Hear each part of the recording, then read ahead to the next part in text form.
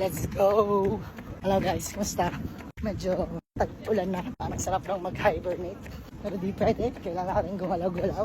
So ngayon, quick run lang ako. Ngayon lang ulit ako mag-short distance. So chill lang tayo. Medyo late ko lang tayo sa tulog.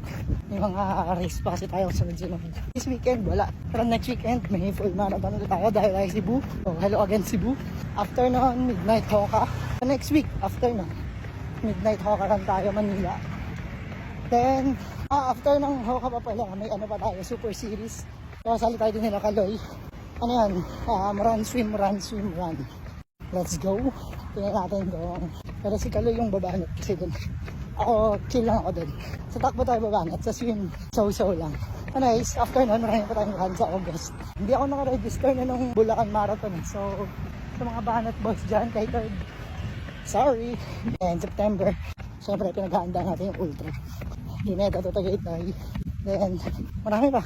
So ngayon, medyo chill lang tayo. Let's go. So, 30 minutes run, 5K. Sub 30 pa tayo, tapos zone. Nice run for today. Let's go.